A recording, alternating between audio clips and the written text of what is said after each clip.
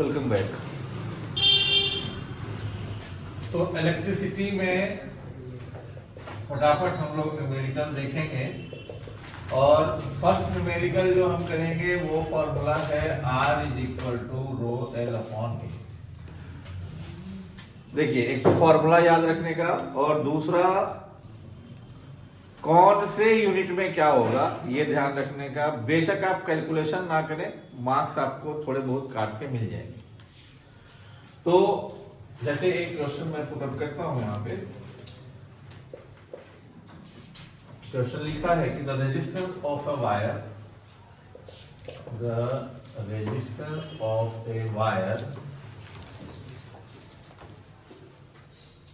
of 0.01 centimeter radius is 14 ohm.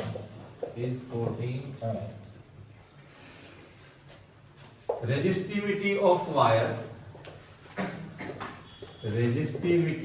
wire is 44 into 10 to the power minus 8 ohm centimeter, sorry, ohm meter, not centimeter. Find length of wire. Previous year का question है ये, और किसी भी numerical को मैं हमेशा कहता हूं जो गिवन है वो पहले हम नोट कर लेते हैं। तो क्या कह रहा है, रेजिस्टेंस जो है वो 14 ओम है। थोड़ा ध्यान से देखना है, इसीलिए जब थ्योरेटिकल पोर्शन में आपको करवा रहा था तो उसमें बताया मैंने कि रेजिस्टेंस की जो यूनिट होती है वो ओम होती है। तो आपको यहां से भी पता लग जाएगा कि ठीक है, रेजिस्टेंस दे रखा है कितना, 14 ओम। ऐसे ही कह रहा है कि of a wire of 0.01 centimetre radius. भाई हमें फॉर्मूला यहां लिखा हुआ है R = ρL/A। ये रेजिस्टिविटी दे रखा है, यानी रेजिस्टिविटी को हम रो कहते हैं। 44 into 10 to the power minus 8 ohm metre already लिखा हुआ है।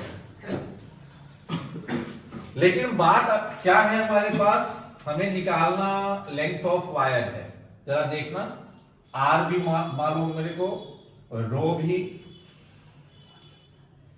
L निकालना ही है और A नहीं मालूम, क्रॉस सेक्शन एरिया नहीं मालूम। लेकिन क्रॉस सेक्शन एरिया के लिए हमारे पास रेजिस्टेंस दे रखी, सॉरी रेडियस दे रखा है 0.01 सेंटीमीटर। अब क्रॉस सेक्शन एरिया क्या होता है भाई, तो क्रॉस सेक्शन एरिया होता है, जैसे ये वायर है तो वायर का ये जो आगे का पोर्शन है ये सर्कुलर है, सर्कल है ये। तो एरिया निकालने के लिए हमेशा हम सर्कल का एरिया यूज करते हैं, वो क्या होता है, पाई r स्क्वायर। बट हमें ये ध्यान रखना है कि रेडियस या लेंथ ऑफ वायर ये कभी भी सेंटीमीटर में नहीं होना चाहिए, उसकी यूनिट मीटर होती है। तो हमें ये चेंज करना पड़ेगा, यहाँ पे 0.01 सेंटीमीटर है और इसे हमें बदलना पड़ेगा मीटर में। तो 10 की पावर -2 से मल्टीप्लाई करना पड़ेगा, यानी कुल मिला के हमारे पास 10 की पावर -4 मीटर ऐसा रेडियस आ जाएगा। 2 पॉइंट यहां से हमें आगे जाना पड़ा और 2 इसके पास है, तो -4 हो गया। अब हम निकालेंगे पाई r स्क्वायर। कैसे निकालते हैं, 3.14 और r स्क्वायर का मतलब है 10 की पावर -4 का, ये हमारा एरिया आएगा। अब हम अपने फॉर्मूले में पुट करेंगे R = ρL/A। यहां पे हम L की वैल्यू अगर निकालना चाहें तो क्या आ जाएगा, RA/ρ। R की वैल्यू बताएं कितना है, 14 ओम। एरिया कितना आया, 10 की पावर -4 एंड रो की वैल्यू कितना गिवन है, 44 into 10 की पावर -8। अब इसे सोल्व करेंगे।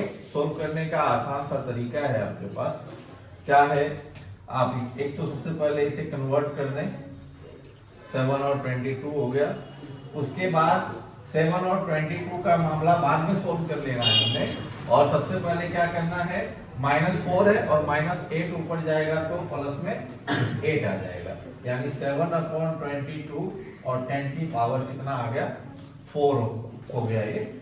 और अब आप जैसे करें 4 जीरो लगा दें और 22 से डिवाइड कर दें, जितना आएगा पॉइंट में वो आपका आंसर हो जाएगा। यहां से फ्लो हो रहा है पॉजिटिव से निगेटिव। मैंने बताया था ये जो बड़ी लाइन होती है पॉजिटिव होती है, छोटी लाइन जो होती है वो नेगेटिव।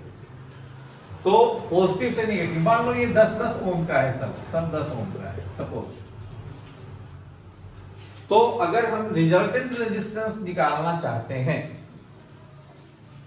और यहां पे जो बैटरी लगी हुई है वो 5 वोल्ट की है।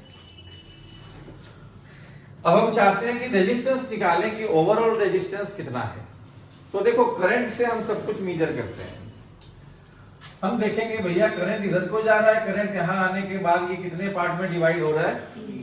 जब पार्ट में डिवाइड होता है तब वो पैरेलल कहलाता है, जब वो जुड़ता है या एक लाइन में चलता है तो सीरीज होता है। तो ये डिवाइड हो गया, इसका मतलब कि 1/10 1/10 1/10, क्योंकि तीनों आपस में सीरीज में हो गए।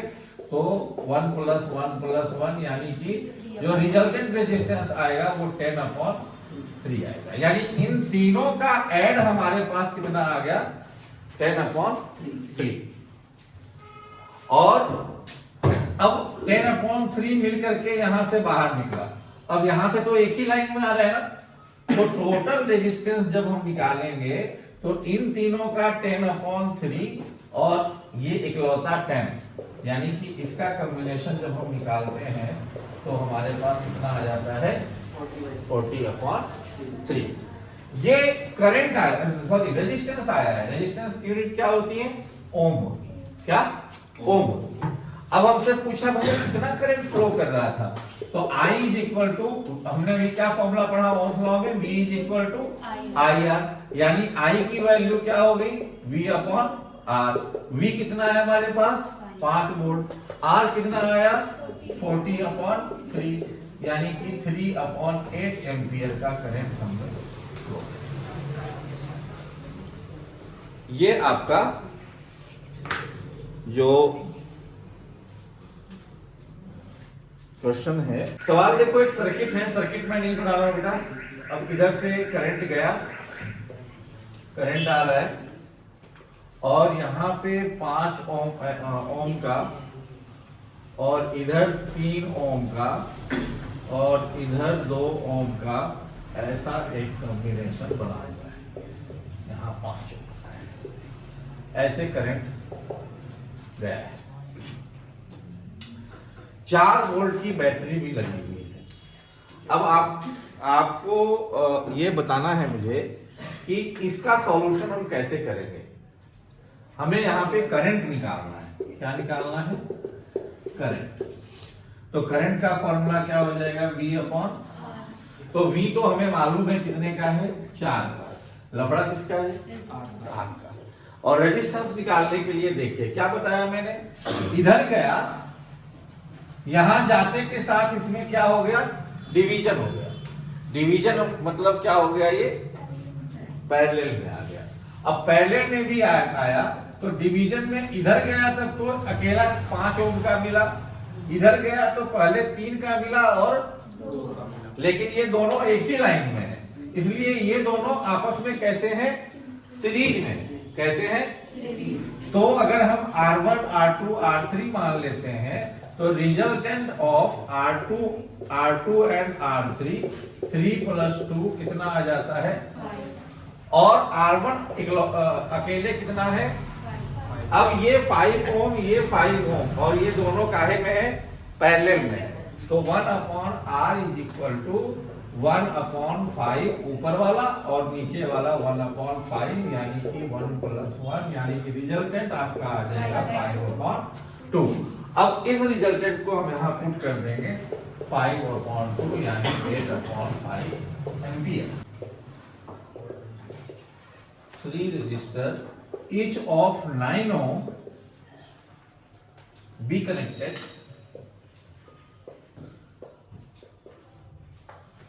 to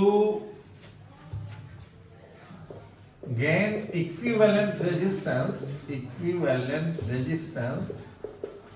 of 13.5 ohm and 6 ohm. यानी कि कहने का मतलब है कि 3 रजिस्टर हैं अपने पास, 3 रजिस्टर हैं अपने पास, और उनको आप कैसे कनेक्ट करोगे कि एक बार आपको टोटल रेजिस्टेंस कितना मिल जाए 13.5 का, और एक बार कितना मिल जाए 6 ओम का। तो एक मैं सॉल्यूशन दे देता हूं, बाकी आप दिमाग लगाना अपना। और जैसे क्या, अगर मान लो हमने दो जो रेजिस्टेंस है वो पैरेलल में लगा दिए, और एक रेजिस्टेंस लगा दिया हमने काहे में, सीरीज। तो इन दोनों का जब हम निकालेंगे तो 1/9, 1/9, 2/9, 4.5। अब ये 4.5 आ गया और ये 9 है, तो टोटल रेजिस्टेंस कितना हो जाएगा 9 + 4.5 यानी 13. ठीक है। फॉर हीटर पे लिखा हुआ है 4 किलोवाट एंड 220 वोल्ट, 220 वोल्ट। आपको बताना है कि करंट कितना है, आपको बताना है कि एनर्जी कंज्यूम्ड इन 2 आवर, और आपको बताना है कि if 1 kilowatt hour is priced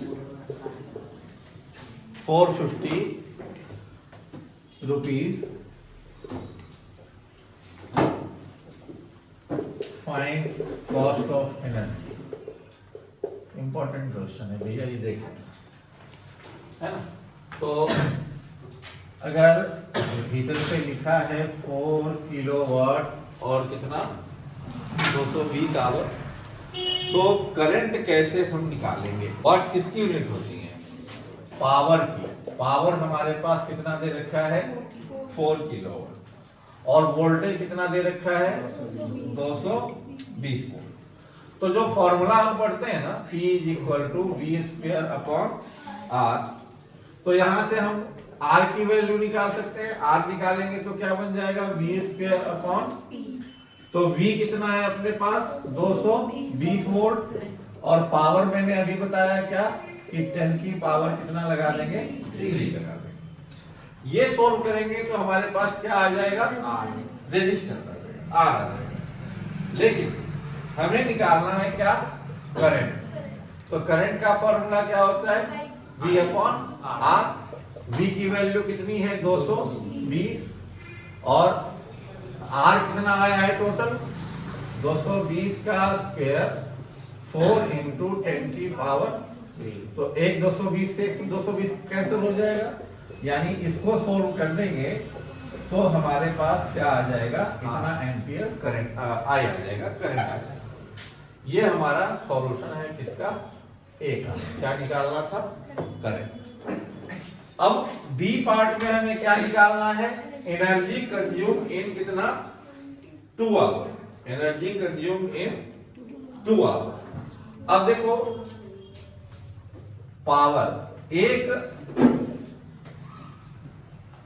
our में कितना दे रखा है 4 किलोवाट, तो 2 आवर में कितना हो जाएगा 8 किलोवाट आवर। ये हमारी पावर आ गई। तीसरी बात जो सी पॉइंट है वो क्या निकालना है, प्राइस। क्या निकालना है प्राइस। अगर 1 किलोवाट का प्राइस कितना है 4, तो टोटल कितना हमने यूज किया है 8, तो 8 में से मल्टीप्लाई कर देंगे किसको 4.5, इतना रुपया हमारा। तो जो आपको अंगा लगाना है वो किसमें लगाना है, ए को। ये 3 टाइप के न्यूमेरिकल हैं जो आपको इलेक्ट्रिसिटी वाले चैप्टर में आपको थोरोली करने हैं। तो अभी मैंने इलेक्ट्रिसिटी का चैप्टर आपका डाउन कर दिया है। अब बाकी की चर्चा जो है वो कौन सा चैप्टर, लाइट, वो करेंगे अगले दिन यानी अगले वीडियो में। और यहाँ एक बात फिर से समझने की है, जो चर्चाएं हम कर रहे थे फिर कभी करेंगे।